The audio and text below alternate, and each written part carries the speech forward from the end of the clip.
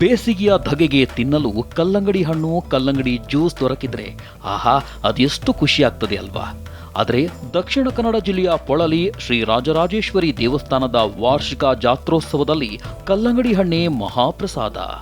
ಮಾರ್ಚ್ನಿಂದ ಏಪ್ರಿಲ್ವರೆಗೆ ನಡೆಯುವ 1 ತಿಂಗಳ ಜಾತ್ರೆ ವೇಳೆ ಸಂತೆಯಲ್ಲಿ ಕಲ್ಲಂಗಡಿ ಹಣ್ಣದ್ದೇ ಭರ್ಜರಿ ವ್ಯಾಪಾರ. ದೇವಸ್ಥಾನಕ್ಕೆ ಬರುವ ಭಕ್ತರು ಇಲ್ಲಿ ಕಲ್ಲಂಗಡಿ ಹಣ್ಣನ್ನ ಎಷ್ಟು ಹಣ ಕೊಟ್ಟಾದ್ರೂ ಖರೀದಿಸ್ತಾರೆ. ಇಲ್ಲಿನ ಕಲ್ಲಂಗಡಿಯನ್ನ ಪುರಾಣ ಕಾಲದ ರಾಕ್ಷಸ ರಾಜ ರಕ್ತಬೀಜಾಸುರನೆಂದೇ ನಂಬಲಾಗುತ್ತದೆ. ಕಲ್ಲಂಗಡಿಯೊಳಗಿನ ಕೆಂಪು ತಿರುಳು ರಾಕ್ಷಸನ ರಕ್ತವನ್ನ ಸಂಕೇತಿಸಿದ್ರೆ, ಅದರೊಳಗಿರುವ ಬೀಜಗಳು ಬೀಜಾಸುರಾದಿಗಳನ್ನ ಸಂಕೇತಿಸುತ್ತದೆ.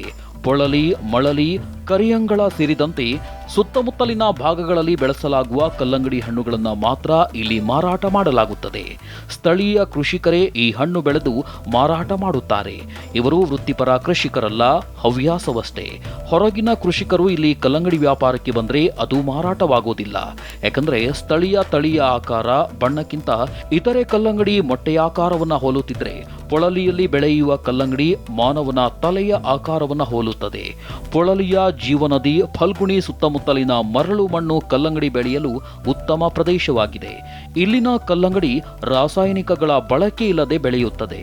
ಈ ಜಾತ್ರೆ ವಿಶೇಷ ಅಂದ್ರೆ ಅದು ದೇವರ ಪ್ರಸಾದ ಅಂತ ಕೊಂಡಿರ್ತಾರೆ. 30 ವರ್ಷ ಸರ್ವಿಸ್ ಟಿಪ್ಪಣಿ ಮಾಡಿ ಜನವರಿ 20 ತಾರೀಕು ಮಾಡ್ತೀವಿ. ಒಂದು 80 ದಿನ ಬೆಳವಣಿಗೆ ಇರ್ತದೆ. ಒಳ್ಳೆ ದೇವರ ನಾವು ಮಾಡ್ತೀವಿ ದೇಣಿಗೆ. ಪೊಳಲಿ ಜಾತ್ರೆ ಯಾವ ದಿನ ಹಾಗೂ ಬೆಳೆಯುವ ಅವಧಿಯನ್ನ ಲೆಕ್ಕ ಹಾಕಿ ಕಲ್ಲಂಗಡಿ ಬೆಳೆಗೆ ಬೀಜ ಬಿತ್ತಲಾಗುತ್ತದೆ.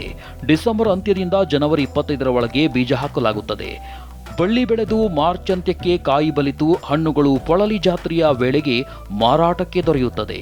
ವಿಶೇಷವೆಂದರೆ ಪೊಳಲಿ ಜಾತ್ರೆಯ ಹೊರತಾಗಿ ಬೇರೆ ಸಂದರ್ಭ ಬೀಜ ಹಾಕಿದ್ರೆ ಇಲ್ಲಿ ಬಳ್ಳಿ ಬೆಳೆಯೋದಿಲ್ಲ, ಕಾಯಿ ಬಿಡೋದಿಲ್ಲ. ಒಟ್ನಲ್ಲಿ ಧಾರ್ಮಿಕ ನಂಬಿಕೆಯೊಂದಿಗೆ ಕೃಷಿಕರು ಬೆಳೆಯುತ್ತಿರುವ ಕಲ್ಲಂಗಡಿ ಹಣ್ಣನ್ನ ಭಕ್ತರು ಪ್ರಸಾದದ ರೂಪದಲ್ಲಿ ಮನೆಗೆ ಒಯ್ಯುತ್ತಿರೋದು ಇಲ್ಲಿನ ವಿಶೇಷ. ವಿಶೇಷ ವರದಿ ವಿಶ್ವನಾಥ್ ಪಂಜಿಮೊಗರು, ಪಬ್ಲಿಕ್ ನೆಕ್ಸ್ಟ್.